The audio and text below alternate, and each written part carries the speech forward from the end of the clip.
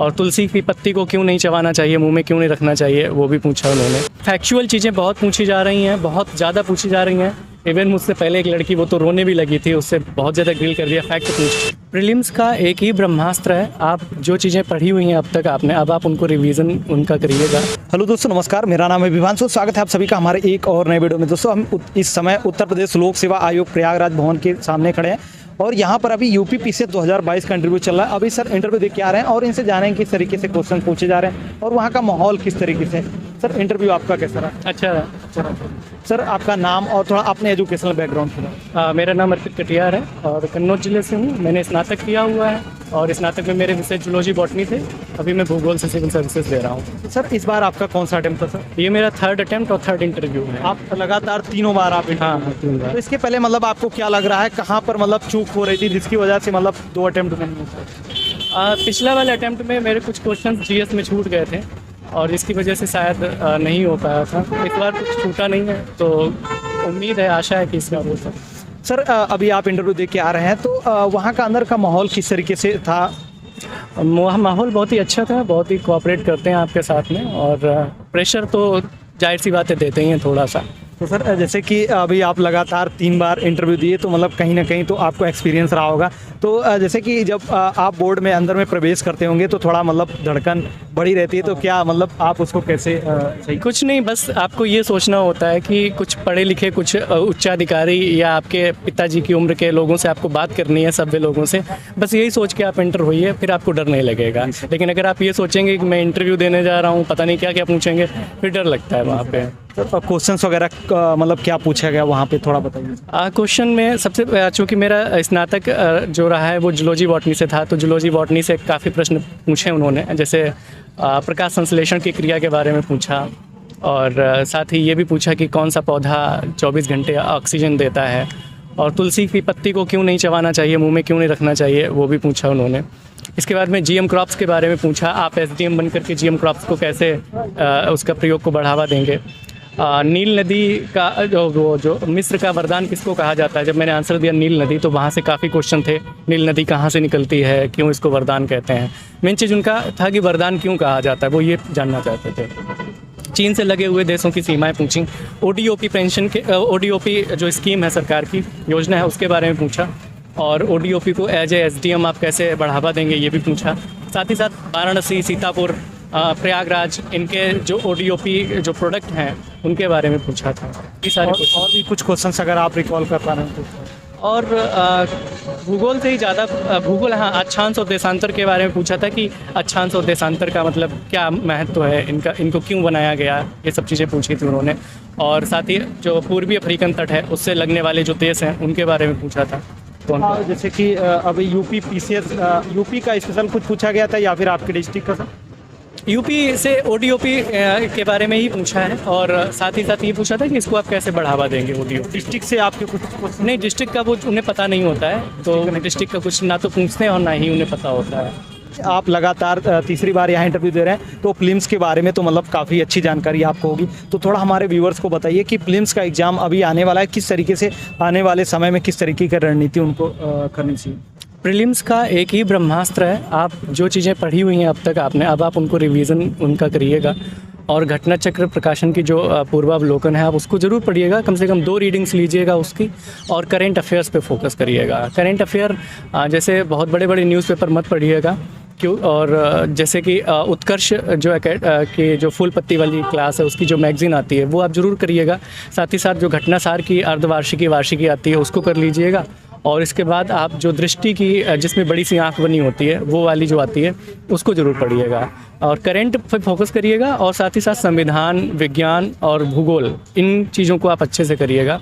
आप टारगेट लेके चलिएगा कि 100 या 125, 120 प्रश्न हमको करने हैं, ठीक और उतने में ही हो जाएगा। बाकी बहुत ज़्यादा पढ़ने की कोशिश मत कीजिएगा। सर, मीडियम आपका कौन सा? हिंदी मीडियम। हिंदी मीडियम। जो सर हिंदी मीडियम के छात्र हैं, कहीं ना कहीं उनको सीसेट में ज़्यादा प्रॉब्लम होती है, तो थोड़ा उनके लिए बताइए कि किस तरीके से सीसेट के लिए क्या अप्रोच होनी चाहिए और कहाँ पर फोकस ज़्यादा करना चाहिए सीसेट के लिए। सबसे पहले तो आप जो प्रीवियस ईयर पेपर हैं उनको आप लगाइएगा, उनमें जो क्वेश्चंस दिए गए हैं उनको लगाइएगा।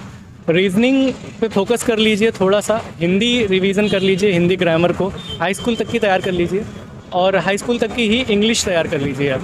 सीसेट में अगर इतना कर लिया आपने तो फिर सीसेट रुकता नहीं है, लेकिन अगर आप इन चीज़ों को नहीं कर रहे हैं तो इंटरपर्सनल स्किल डेवलपमेंट के जो क्वेश्चन पूछे जाते हैं वो आपको करने पड़ते हैं, फिर वहाँ पे दिक्कत आती है। तो हिंदी अच्छे से तैयार करिए, अंग्रेजी अच्छे से तैयार कीजिए और रीजनिंग अच्छे से कर लीजिएगा, इतने में हो जाएगा। सर जो मेंस का एग्जाम होता है तो पेपर वाइज आप बता दीजिए, क्योंकि बहुत सारे जो हिंदी मीडियम के छात्र हैं कहीं ना कहीं मतलब उनको दिक्कत होती है मेंस के एग्जाम में, तो पेपर वाइज मतलब बताइए कौन कौन सी बुक्स मतलब उनको स्टैंडर्ड्स फॉलो करना चाहिए।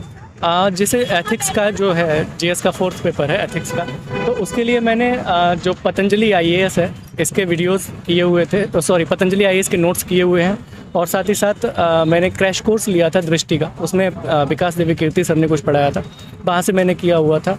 और साथ ही साथ घटना चक्र की जो आती है मेंस स्पेशल बुकलेट वो मैंने की थी, वो कर लीजिएगा। 3rd पेपर के लिए आप वेरियस सोर्सेज होते हैं, आप आजकल बहुत सारी मैगज़ीन, बहुत सारा ऑनलाइन यूट्यूब पे भी उपलब्ध है, आप वहाँ से करिएगा। मेरा कहने का मतलब ये है कि आप किसी एक पे ही फोकस करिएगा, एक मटेरियल पे, लेकिन अपने कई आयामों को बढ़ाने के लिए आप इधर उधर से कुछ चीज़ों को कलेक्ट कीजिएगा, करंट अफेयर से कनेक्ट कीजिएगा अपने आंसर को, तो यही कहना। और पेपर फर्स्ट और सेकंड के लिए सेकंड के लिए तो आप जो कॉन्स्टिट्यूशन है उसके लिए तो लक्ष्मीकांत को ही करिएगा अच्छे से।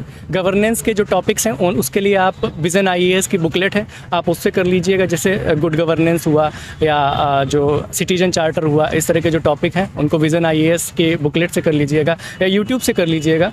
और जो फर्स्ट पेपर है इसमें जो भूगोल है उसके लिए आप खुल्लर की किताब आती है उसको पढ़ लीजिएगा, या वर्णवाल की भी किताब आती है उसको कर लीजिएगा। और इतिहास के लिए तो आपको जो स्पेक्ट्रम की बुक आती है वो करिएगा, ज़रूर करिएगा उसको। और जो प्राचीन और मध्यकालीन है उसके लिए आप यूट्यूब की मदद ले सकते हैं, ओनली आईएएस के वीडियोस देख लीजिए, आप वहाँ से कर लीजिए। सर जो मेंस में जो करंट अफेयर का पोर्शन होता है तो वो कितना पुराना पूछा जाता है और उसको कहाँ से तैयार कर सकते हैं, मतलब कहीं कंपाइलेशन पूरा आता है कुछ ऐसा सोर्स? विजन आईएएस की बुकलेट्स जो आती हैं करंट अफेयर्स की, वहाँ से कर लीजिएगा।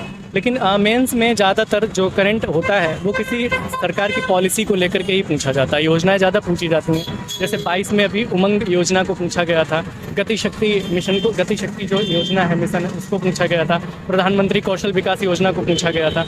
तो इस तरह से करंट बेस्ड जो चर्चा में रही होती हैं उन्हीं पे आधारित मेंस में पूछ लिया जाता है। जो बहुत ज़्यादा चर्चा में आ जाए योजना उसको आप ज़रूर तैयार करिएगा। और हिंदी का भी पेपर यहाँ पे होता है, तो हिंदी के लिए मतलब क्या बुक्स वगैरह फॉलो कर सकते हैं? हिंदी के लिए मैंने यूट्यूब से किया हुआ था, हिंदी के पत्र लेखन वगैरह मैंने यूट्यूब से ही किया था, और वर्तनी विलोम शब्द ये सब मैंने यूट्यूब से ही किए हुए थे। कोई बुक्स वगैरह आती है इसके लिए सर? हाँ, इसके लिए बुक्स आती हैं, जैसे पीएन पांडे की बुक, हरदेव बाहरी की बुक, बहुत सारी बुक्स हैं, लोग उनसे करते भी हैं। लेकिन मैंने प्रीवियस ईयर पेपर्स को किया हुआ था और साथ ही साथ मैंने यूट्यूब की मदद ली थी हिंदी के लिए। मेंस के एग्जाम में प्रीवियस ईयर पेपर कितना इंपॉर्टेंट होता था? बहुत इंपॉर्टेंट है, कई बार तो जो क्वेश्चन होते हैं वो रिपीट भी हो जाते हैं।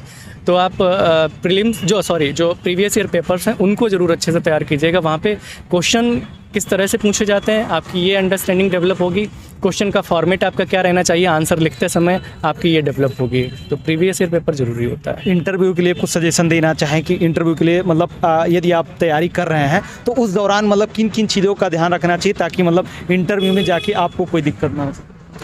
देखिए, इंटरव्यू की तैयारी प्रीलिम्स की तैयारी के साथ ही शुरू हो जाती है, और इस बार जैसा कि बच्चों सभी ने बताया जिन्होंने इंटरव्यू दिया, मेरा भी एक्सपीरियंस रहा कि फैक्चुअल चीज़ें बहुत पूछी जा रही हैं, बहुत ज़्यादा पूछी जा रही हैं। इवन मुझसे पहले एक लड़की, वो तो रोने भी लगी थी, उससे बहुत ज़्यादा ग्रिल कर दिया फैक्ट पूछ के। फैक्ट बहुत पूछे जा रहे हैं, तो प्रीलिम्स को जब आप तैयारी करें तभी आपकी इंटरव्यू की तैयारी शुरू हो जाती है।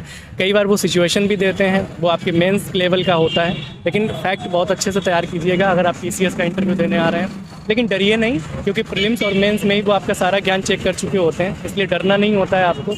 और जितना आ सके उतना बताइएगा, नहीं आ रहा है तो सॉरी बोलिएगा, और कोई दिक्कत नहीं, कोई टेंशन नहीं। जैसे कभी कभी वहाँ पर क्या होता है, ऐसे भी क्वेश्चंस आ जाते हैं जिनका जवाब हमें नहीं पता होता है, तो उस सिचुएशन में मतलब हमको कैसे हैंडल करना चाहिए? आपको अगर जवाब नहीं आ रहा है, आप बिल्कुल उनसे क्षमा मांग लीजिएगा, बिल्कुल भी घुमाने की कोशिश मत करिएगा, उनको गलत बताने की कोशिश मत करिएगा। अगर आप अंदाज़ा लगा रहे हैं तो पहले आप उनसे अनुमति मांग लीजिए कि सर मैं अंदाज़ा लगा रहा हूँ तो अनुमति चाहिए मुझे। अगर आप गलत जवाब दे देते हैं और वो बोल देते हैं आपसे कि आपने गलत जवाब दिया है, तो आप सॉरी भी बोलिए उनसे तुरंत। इस तरह से आप कर सकते हैं सिचुएशन को, सॉरी बोल दीजिएगा अगर नहीं आ रहा है, सबसे बढ़िया है। ठीक है sir, thank you so much sir बात करने के लिए। आशा करता हूँ कि आप इस बार आपका सर सिलेक्शन जरूर हो। Thank you sir, thanks.